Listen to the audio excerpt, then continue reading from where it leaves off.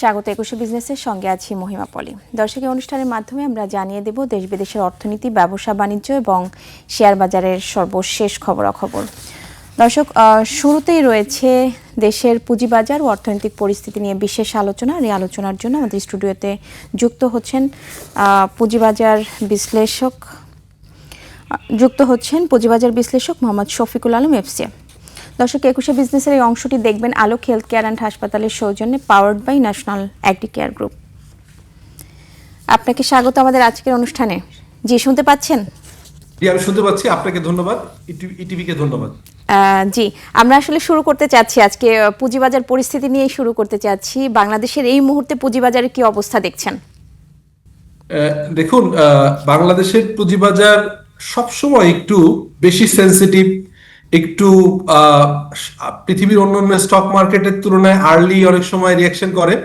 তো সেই ধারাবাহিকতায় গত গভর্নমেন্টের পরিবর্তন, স্পেশালি আমরা 16-17 বছরে একটা পলিটিক্যাল স্ট্যাবিলিটি বা একটা জায়গায় ছিল, সেই জায়গাটা থেকে আমরা দেখতে পেয়েছি যে একটা গণভোটের মাধ্যমে ইন্টিরিম গভর্নমেন্ট ছিল, সেইখানে কিছু চ্যালেঞ্জ ছিল। সেই চ্যালেঞ্জের পরে আমরা দেখতে পাই যে আমাদের দেশের এই অর্থনৈতিক যে অবস্থা, সেই জায়গাটাতে কিছুটা স্ট্যাগনেন্সি চলে আসে। এরপরে আমরা দেখি যে ইলেকশনের পরে যেখানে মার্কেটটা অনেক ভালোভাবে প্রত্যাশা করা হচ্ছে, আমরা দেখলাম যে বাংলাদেশ ব্যাংকের গভর্নর চেঞ্জ করা হয়েছে, অত্যন্ত পজিটিভ একজন ব্যক্তি। এরপরে স্টক মার্কেটের রেগুলেটরদের ভিতরে একটা পরিবর্তন আসবে বলে আমরা প্রত্যাশা করছি। ঠিক এই সময় এসে আমরা দেখতে পেলাম যে আপনার একটা মিডল ইস্ট যুদ্ধটা সেটা শুরু হয়ে গেল। এই চ্যালেঞ্জের কারণে এইটাই কিন্তু একটা বড় চ্যালেঞ্জ ছিল স্টক মার্কেট। এছাড়া আমাদের দেশের পুঁজিবাজারের ওভারঅল যে সিচুয়েশন, সেখানে এই মধ্যপ্রাচ্যের এই যুদ্ধটা এবং যুদ্ধটা কম্পারেটিভলি একটু প্রলম্বিত বা একটু লঙ্গার হচ্ছে, এইটা অপ্রত্যাশিত ছিল। আদার দেন দ্যাট, স্টক মার্কেটের সামনের প্রসপেক্ট এবং যে জায়গায় আমাদের মার্কেট এখন আছে, সেই জায়গা থেকে আসলে পতনের বা খারাপের কোনো জায়গা নেই, এখান থেকে উত্তরণেরই জায়গা আছে। আমাদের দেশের অর্থনীতি আপনারা দেখেছেন যে আফটার কোভিড, করোনার পরে একটা সময় আমরা দেখতে পেয়েছি যে সারা পৃথিবীর যখন অনেক চ্যালেঞ্জিং, আমরা কিন্তু খুব দ্রুত এটা কাটিয়ে উঠেছি।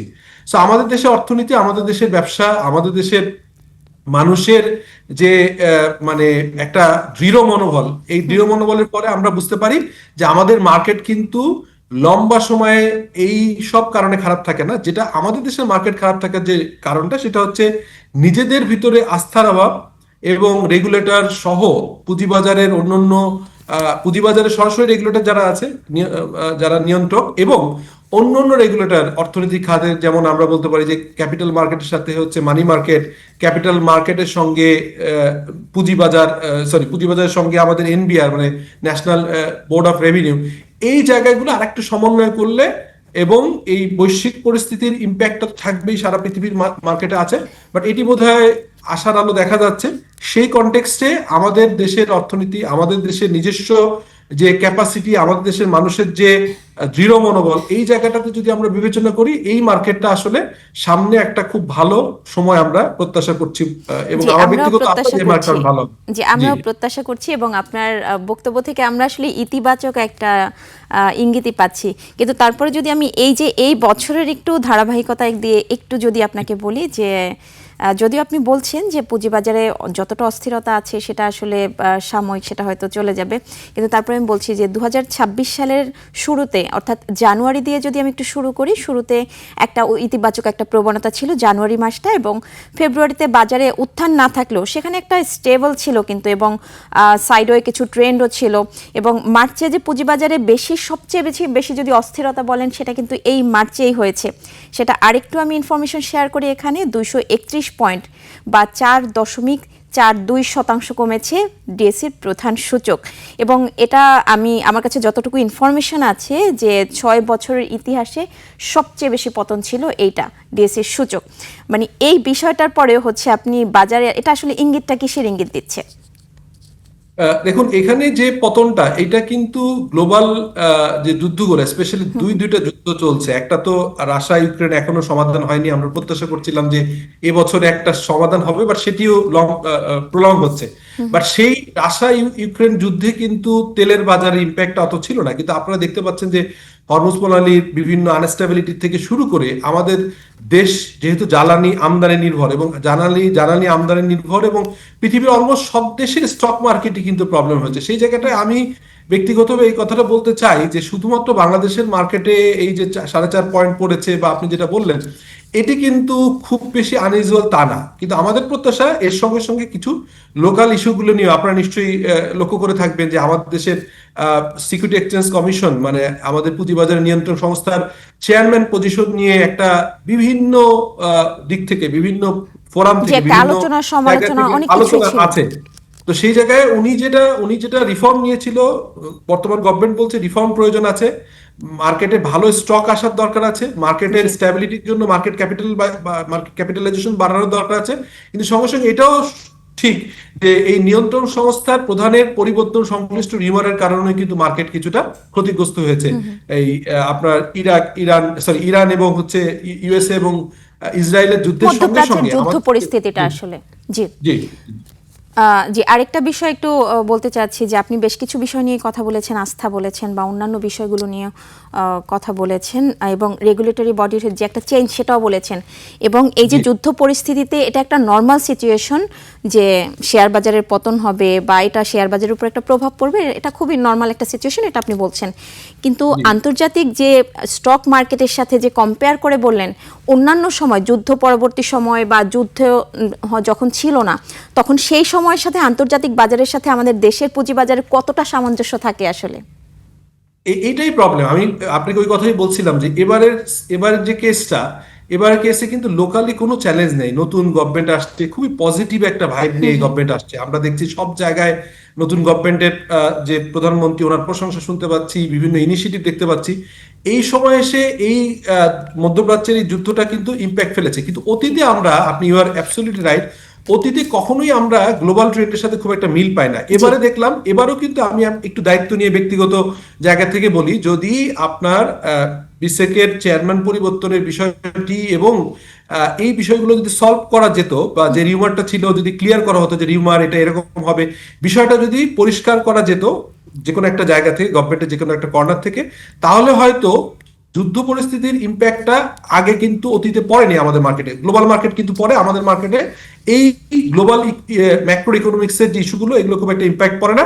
রেদার আমাদের যে ইস্যুগুলো নিয়ে আমরা সবসময় একটু মার্কেট মেকাররা চেষ্টা করে থাকি। তো এটা ক্লিয়ার হলে কিন্তু অনলি আমি বলবো না যে শুধুমাত্র এই যুদ্ধের জন্যই হয়েছে, locally news information, miss information, disinformation এগুলোর মাধ্যমেও কিন্তু আমাদের মার্কেটকে আনস্টেবল করবার যে প্রচেষ্টা থাকে একটা গ্রুপের, সেটা কিন্তু এখনো কিছুটা পরিলক্ষিত হচ্ছে। তো এই জায়গাটা আমি মনে করি দায়িত্বশীল জায়গা থেকে অর্থ মন্ত্রণালয় এবং অন্যান্য জায়গা থেকে এই বিষয়গুলো একটু ক্লিয়ার করবার চেষ্টা করা হবে এবং পরবর্তী ঈদে এর ভিতরে হয়তো যুদ্ধ পরিস্থিতি কিছুটা ভালো হবে এবং এই বিষয়গুলো যদি একটু আপনার ঠিকভাবে এটাকে অ্যাড্রেস করা যায় তাহলে হয়তো এই জায়গার থেকে আমরা উত্তরণের একটা জায়গায় চলে আসবো ইনশাআল্লাহ। জি, যেহেতু আপনি নতুন সরকার বা নতুন মন্ত্রী বা তাদের নিয়ে যে কথা বলছেন, যে আসলে সেই প্রসঙ্গে একটু আসি যে নির্বাচন পরবর্তী সময় আমরা বাজারের কিছুটা ইতিবাচক প্রবণতা দেখেছি, সেটা হয়তো পরবর্তীতে এই যে আবার বাজারের পতন সেটা যুদ্ধ পরিস্থিতির জন্য হয়তো হতে পারে, কিন্তু তারপরেও নতুন যে সরকার এসছে তাদের অবশ্যই এই যে ভঙ্গুর অর্থনীতি নিয়ে অনেক বড় একটা চ্যালেঞ্জ তো রয়েছে, সেখানে পুঁজিবাজার নিয়ে আসলে কি ধরনের চ্যালেঞ্জ তারা ফেস করতে পারে? দেখুন, এখানে একটা পজিটিভ জিনিস, আমি কোন রাষ্ট্রপ্রধান সরকার প্রধানের এবার রাষ্ট্রপ্রধানের বক্তৃতা আপনারা দেখেছেন যে সংসদের প্রথম অধিবেশনে পুঁজিবাজার নিয়ে বেশ কয়েকটা বাক্য ছিল। একইভাবে আমরা প্রি ইলেকশন যে ডিসকাশন আমাদের যে পুঁজিবাজার সংশ্লিষ্ট যারা হচ্ছে মার্চেন্ট ব্যাংক অ্যাসোসিয়েশন এবং অন্যরা যখন কথা বলেছে, আমাদের এখনকার যে অর্থমন্ত্রী তখন উনি বিএনপি সরকারের তখন সরকার গঠন করেনি, ইলেকশনের আগে উনি বিভিন্ন প্ল্যাটফর্মে এসে কথা বলেছেন এবং তখনকার ওনার চিন্তা ভাবনা ইলেকশনের আগে আমাদের তখনকার বিএনপি প্রধান এখন মাননীয় প্রধানমন্ত্রী ওনার সঙ্গে যখন আমাদের বাজার সংশ্লিষ্ট ব্যক্তিবর্গের কথা হয়েছে, ওনারা কিন্তু প্রত্যেকটা বিষয় অ্যাড্রেস করেছেন এবং ওনারা কিন্তু এটা যে বুঝেন না, এটা যে জানেন না তা না, কিন্তু আমার সেই জায়গাটাতেই প্রত্যাশা বেড়েছে যে এরকম একটা আনওয়ান্টেড যুদ্ধ বা হঠাৎ করে একটা গায়ের জোরে আমেরিকার যে আক্রমণ এটি যদি না হতো, আমি মোটামুটি নিশ্চিত যে গভর্নমেন্টের যে একটা পজিটিভ চিন্তা ভাবনা ইকোনমির চ্যালেঞ্জ আছে, কারণ আমরা জানি যে আপনার রিজার্ভের চ্যালেঞ্জ আছে, ব্যাংকিং ব্যবস্থাপনার চ্যালেঞ্জ আছে, আমাদের হচ্ছে এনবিআর এর শুধুমাত্র রেমিটেন্স ছাড়া সবগুলো নেগেটিভ এই মুহূর্তে ইকোনমিক সেই চ্যালেঞ্জের ভিতরেও একটা আশার আলো ছিল, এবং আমরা 6 মাস থেকে 1 বছরের ভিতরে একটা প্রাইমারি সমস্যাগুলো থেকে উত্তরণের একটা প্রচেষ্টার মাধ্যমে, এবং আমরা প্রত্যাশা করছিলাম যে 1-2 বছরের ভিতরে দেশের অর্থনীতি আবার ঘুরে দাঁড়াবে। এই বিষয়টা গ্লোবালি যুদ্ধের ব্যাপারটা যদি কোনো একটা সমঝোতার জায়গায় আসে, আমার এখনো বিশ্বাস যে এই বর্তমান গভর্নমেন্টের যে চিন্তা ভাবনা, তারা যে পজিটিভিটি নিয়ে আগাচ্ছে, তারা যেভাবে দেখতে চায় এদেশের অর্থনীতি, তারা যেভাবে দেখতে চায় এদেশের সামাজিক অবস্থা, এদেশের মানুষের জীবন ধারণের জন্য যে ধরনের বিষয়গুলো প্রয়োজন সেটা নিয়ে যেভাবে অ্যাড্রেস করছে, আপনি এই ইকোনমি, এই দেখেন, এই যে আমি বলছি যে আমাদের হচ্ছে যে যেটি আমরা বলছি হচ্ছে কৃষক কার্ড থেকে শুরু করে আমরা আমাদের মহিলাদের যে কার্ডটা যাচ্ছে, তারপরে বিভিন্ন রকম প্রণোদনা যাচ্ছে, এটি কিন্তু ইকোনমি অ্যাক্টিভিটিসে ইম্প্যাক্ট ফেলবে। আমরা জানি যে এইটার ইম্প্যাক্টটা একজন ইন্ডিভিজুয়ালের জন্য খুব কম হলেও সামগ্রিকভাবে অর্থনীতির চাকা সচল করবার জন্য এই ধরনের একটা মানে একদম সমাজের সবচেয়ে অল্প আয়ের যে জনগোষ্ঠী, সেই জনগোষ্ঠীর ভিতরে যেভাবে করা হচ্ছে, যেভাবে তারা প্রণোদিত হচ্ছে, তারা যেভাবে উৎসাহিত হচ্ছে, ফলে আমরা দেখব যে এখান থেকে কিছুটা সেভিংস হবে, সেভিংস থেকে কিছুটা ইনভেস্টমেন্ট আসবে, এবং গ্রামীণ অর্থনীতির থেকে কিন্তু এদেশ ঘুরে আসবে, যেটি আমরা এই গভর্নমেন্টের অতীতে বিভিন্ন সময় দেখে আসছি। এই দেশ, এই গভর্নমেন্টের জিয়াউর রহমান সাহেব বা বেগম খালেদা জিয়া মরহুম, ওনার সময়ও আমরা দেখেছি যে গ্রামীণ অর্থনীতি এবং একদম রুট লেভেল থেকে অর্থনীতির রিফর্মের জায়গাটাতে এই গভর্নমেন্ট কাজ করেছে। আমরা এটা প্রত্যাশা করতেই পারি, কিন্তু আমাদের মাথায় রাখতে হবে এই যুদ্ধটা যদি খুব প্রলম্বিত হয় এবং আমাদের যে ম্যাক্রো ইকোনমিক যে প্রবলেমগুলো আছে, এগুলো যদি আমরা ঠিক মতো শক্ত হাতে নিয়ন্ত্রণ না করতে পারি, তাহলে কিন্তু আমাদের এই ভয়টা থেকে যাবে। সো ভয়ও আছে, প্রত্যাশা আছে। জি, আমরা এখন একটি বিরতিতে যাব, বিরতির পরে বিষয়গুলো নিয়ে অবশ্যই আলোচনায় ফিরব। জি দর্শকের পর্যায়ে নিচ্ছে একটা বিরতি, ফিরবো একটু পরেই, ততক্ষণ সঙ্গেই থাকুন। আবারও স্বাগত একুশে বিজনেসের সঙ্গে আছি মহিমা পলি।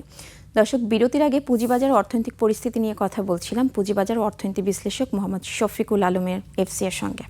প্রিয় দর্শক, একুশে বিজনেসের এই অংশটি দেখছেন আলোক হেলথ কেয়ার অ্যান্ড হাসপাতালের সৌজন্যে, powered by national agri care group. আমরা আবারও তার সঙ্গে আলোচনায় ফিরছি। বিরতির আগে বেশ কিছু বিষয় নিয়ে কথা বলছিলেন, কিন্তু একটা বিষয় নিয়ে এখানে আমি একটু কথা বলতে চাচ্ছিলাম, যে ম্যাক্রো ইকোনমিক্স নিয়ে কথা বলতে চাচ্ছিলাম। পুঁজিবাজার সর্বোপরি অর্থনীতি পুনরুদ্ধারের জন্য নতুন সরকারকে আসলে এই ম্যাক্রো ইকোনমিক্সের দিকে নজর দিতে হবে, এবং সেই বিষয়ে আপনি বলছিলেন যে এই ম্যাক্রো ইকোনমিক্সের এই মুহূর্তে কোন পর্যায়ে আছে এবং এটার চ্যালেঞ্জই বা কি আছে। প্রথম হচ্ছে যে আমাদের আসলে অর্থনৈতিক কিছু রিফর্ম করবার দরকার ছিল। আপনারা দেখেছেন যে অলরেডি সংসদের প্রথম অধিবেশনে আপনার এনবিআর এর যে রিফর্ম, সেটা একটা প্রপোজাল এসছে। আপনারা নিশ্চয়ই জানেন যে এগুলো আইনে রূপান্তর করতে হবে, যেগুলো হচ্ছে অর্ডিন্যান্স ছিল বা বিভিন্ন ধরনের রিফর্ম গুলো নিয়ে কাজ করা হচ্ছিল। এর সঙ্গে আমরা মনে করি যে অর্থনৈতিক স্থিতিশীলতার জন্য এবং প্রবৃদ্ধি, যেটা গ্রোথ, আমাদের গ্রোথটা আসলে যেভাবে আমরা প্রজেক্ট করছিলাম সেটাতে আমরা আসতে পারিনি। সের কারণ হচ্ছে যে একটা ইন্টারিম গভর্নমেন্ট থাকার কারণে আপনার সবার ভিতরেই ওয়েট অ্যান্ড সি দেখবার একটা, দেখে একটু সময় নেবার একটা প্রবণতা ছিল, মনোভাব ছিল সবার মধ্যেই, মনোভাব ছিল। এবং সঙ্গে সঙ্গে আমরা উচ্চ একটা যে ইনফ্লেশন, মুদ্রাস্ফীতিটা আমাদের অনেক বেড়ে গিয়েছিল। এটা ফুড নন ফুড সবগুলোতেই অনেক বেড়েছিল। এছাড়া আপনি রিজার্ভের একটা সংকট কিন্তু ছিল। আমরা হয়তো রেমিটেন্সটা অনেক বেশি আসার কারণে আমরা আপাতত বুঝছিলাম না, বা কিছু লোন পেমেন্ট ডেফারেল করবার কারণে আপাতত স্বস্তির জায়গা থাকলেও আমি মনে করি যে এক্সপোর্ট যেহেতু কমে গিয়েছিল এবং নতুন করে ফরেন ইনভেস্টমেন্ট না আসায়, এফডিআই এফপিআই না আসায়, ফরেন পোর্টফোলিও ইনভেস্টমেন্টও আসেনি, এফডিআইও আসেনি, ইভেন আমাদের পুঁজিবাজারেও নেট বরং টাকা পয়সা চলে গেছে, যেটা নতুন করে আসা শুরু করবে। আমরা সবচেয়ে দুঃখের জায়গা এটি যে এখনকার নতুন গভর্নমেন্টকে সবাই কিন্তু সাধুবাদ জানাচ্ছে, এখান থেকে ইনভেস্টমেন্ট গুলো আসা শুরু করতো। গত ইন্টারিম গভর্নমেন্টের অনেক ধরনের রোড শো, বিভিন্ন প্রচারণা চালিয়েছে। সবাই জানে যে দেশের ইমার্জিং ইকোনমি, আমাদের দেশের অর্থনীতি সবসময় কোনো বাধা মানে না, এখান থেকে যেহেতু জনসংখ্যা বেশি, আমাদের এখানে সবসময় একটা পজিটিভিটি চলে। আমাদের অর্থনীতির জায়গায় দেখা যায় যে আমাদের এখানে সবসময় নেগেটিভ ইস্যুর পরে পজিটিভটাকে আমরা আগিয়ে নিয়ে যাই। সেই জায়গায় এই আর্থিক খাতের সংস্কার সহ সবগুলো জিনিস নিয়ে কিন্তু এই গভর্নমেন্টও চিন্তা করছিল। শুধুমাত্র এই গ্লোবাল আনস্টেবিলিটিটা যদি একটা জায়গায় সেটেল হয়, আমি আমি মোটামুটি প্রত্যাশা করি এবং আমি নিশ্চিত যে এই এফডিআই গুলো বাড়বে এবং আমাদের দেশে এক্সপোর্টের যে জায়গাটা ছিল, এবং আপনারা দেখেছেন যে বিভিন্ন রকম রিসিপ্রোকাল যে ট্যারিফ বসানোর যে বিষয়গুলো ছিল, সেই জায়গাগুলো আমরা খুব খারাপ জায়গায় নাই। সেই জায়গাগুলো আমাদের মনে হয় যে, এবং প্রতিবেশীর সঙ্গে আমাদের সম্পর্কগুলো আস্তে আস্তে করে একটা স্টেবল জায়গায়, যে আমার বিশ্বাস যে আমাদের অর্থনীতি সাবজেক্ট টু এই যুদ্ধটা যদি 6 মাস চলে যায়, তাহলে আসলে এই যুদ্ধ যদি 6 মাস কন্টিনিউ হয়, তাহলে আমাদের দেশ কোনো সারা পৃথিবীতে কি অবস্থা হবে, কি অবস্থা, এটা কিন্তু বলাটা কঠিন। বাট আমরা এটা এত বড় খারাপ জিনিস প্রত্যাশা করি না। আমরা আশঙ্কা আছে, ভয় আছে, বাট আমরা এর থেকে প্রত্যাশাও করি যে খুবই অল্প সময়, 7 দিন 10 দিনের ভিতরে হয়তো একটা পজিটিভ জায়গা আমরা দেখতে পাবো। কিন্তু এই জায়গাটাতে আসলে কোন কোন সাইটগুলো হচ্ছে গিয়ে এই মুহূর্তে আসলে নজর দেওয়া উচিত টোটাল ইকোনমি পুনরুদ্ধারের জন্য? বা আপনি যেটা বলছিলেন, আমরা যদি পুঁজিবাজার নিয়ে সামগ্রিকভাবে বলি যে নতুন সরকারকে আসলে কোন কোন সাইটগুলোতে নজর দেওয়া উচিত? প্রথম হচ্ছে যে আপনারা নিশ্চয়ই খেয়াল করবেন যে এমন একটা স্টক মার্কেট বাংলাদেশে যে 1.5 বছরের বেশি সময় ধরে নতুন কোন স্ক্রিপ্ট আসেনি।